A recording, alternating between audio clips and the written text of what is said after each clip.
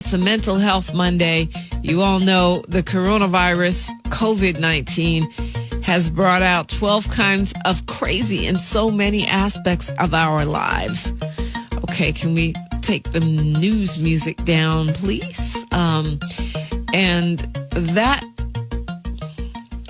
environment of, just massive change, I think perhaps we can underestimate how much of an impact it has on the children, the teenagers in our lives.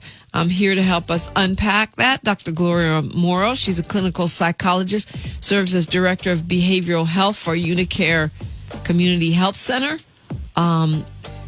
People call her Dr. Gloria. That's her affectionate nickname. She manages the behavioral health departments of 13 clinics. She also has a small clinical practice focusing on pastoral leaders and their families, along with those in the entertainment industry.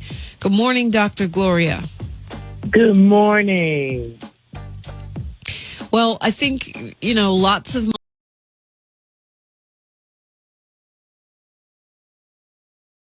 moms, dads, and actually probably grandmoms and granddads and teachers are dealing every day with the fallout, the emotional, the psychological fallout of this safer at home conversation and everything that comes with it on the younger members of our society. But maybe not as much focus about what to do about it as we could see, right? Yes. I want to thank you for having me on this morning, and please continue to stay safe. This is such a great conversation, and I think we're right in line with where a lot of people are focusing right now. I heard a video of a young man who was just in tears, a high school student, because of the virus and how it is impacting his life as a student, as a young man who is feeling socially isolated, believes that his classwork is very heavy and that it's difficult because of limited instruction, and just really in distress and was really listing some symptoms of depression and anxiety. That was really concerning. In fact, I reached out to his mother who posted it, but I haven't heard a response back yet. I wanted to make sure the young man is okay.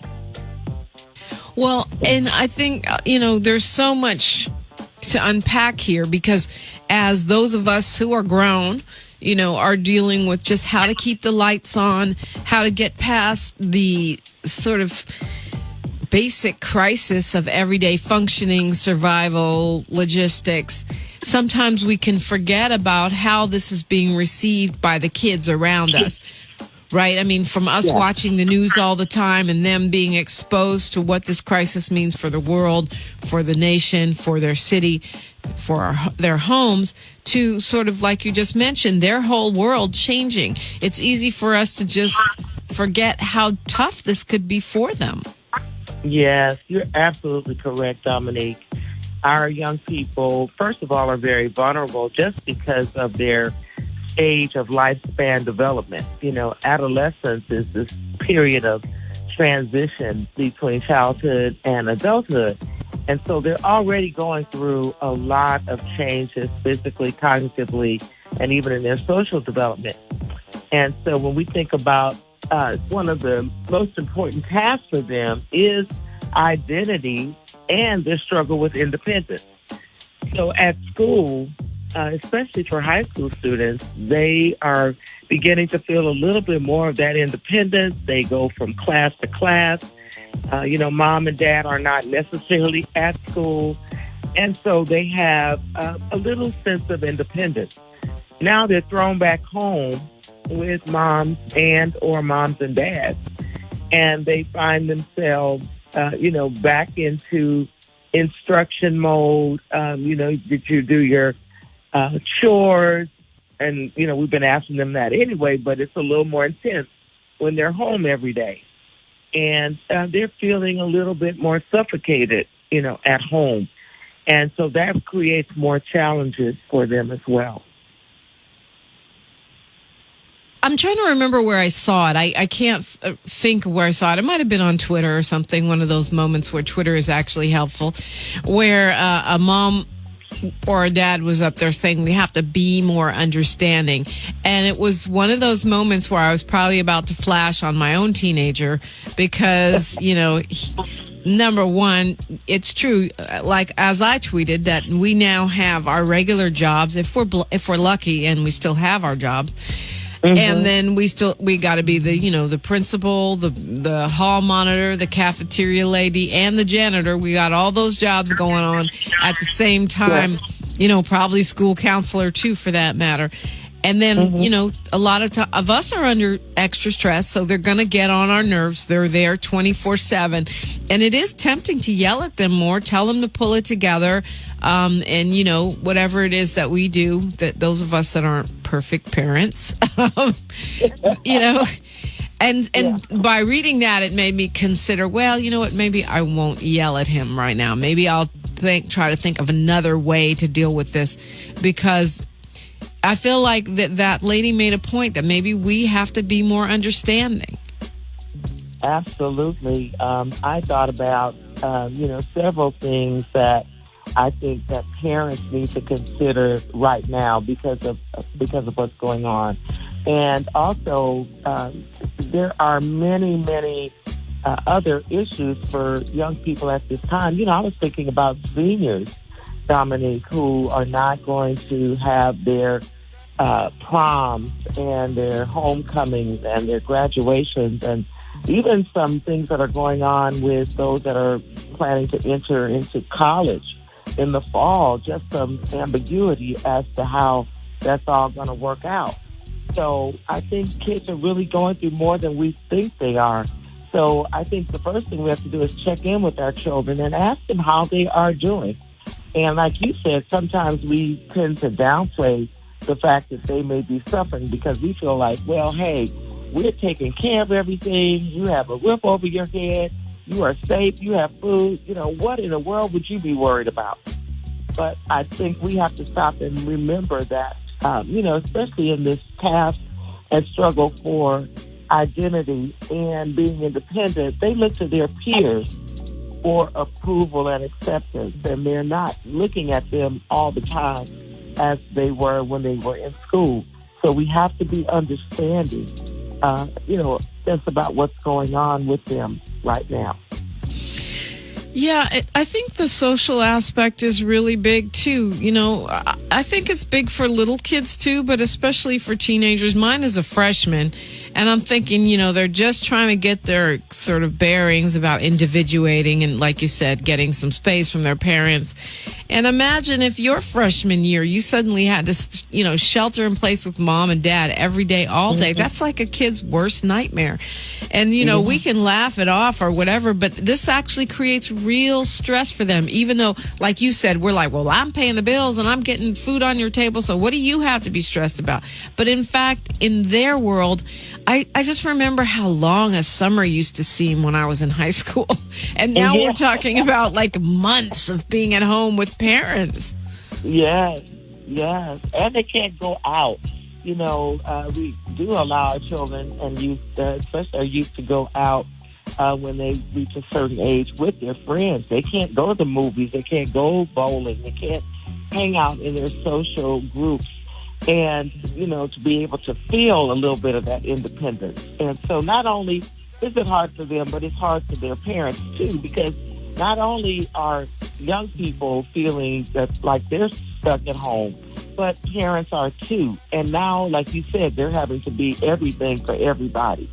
And this is just a very stressful time.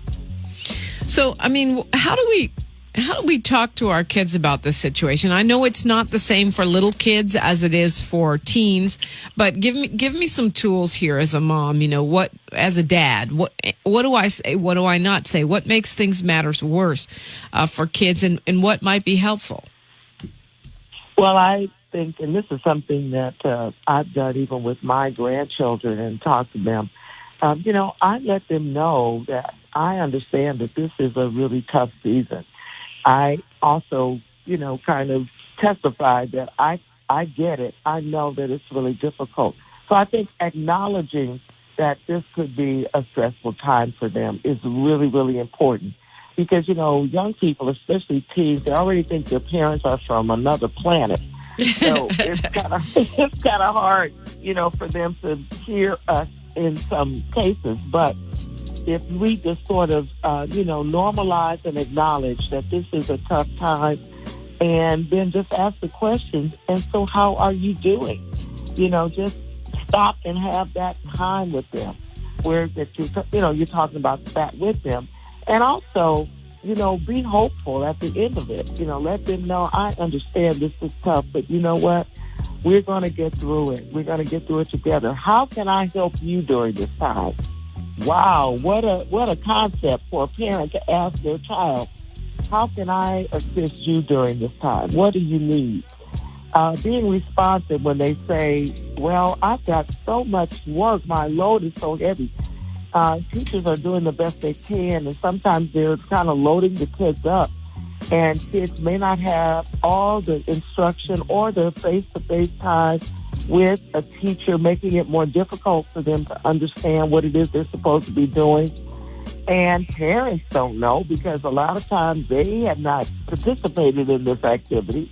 They just sort of relied on the educators to educate their children. So now, we should find out, how are you doing with this load that you have? How can I advocate for you? And be willing to talk to the teacher or talk to an administrator if you think the child is getting too much work and you understand that they may not know what's going on with those assignments.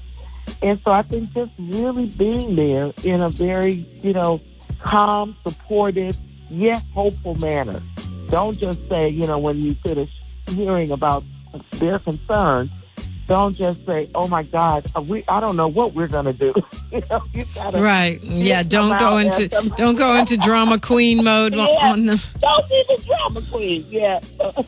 But you don't want to be a Pollyanna either, because kids know when you're lying and just everything's fine. What do you mean? What crisis? No. You don't want to do that, right?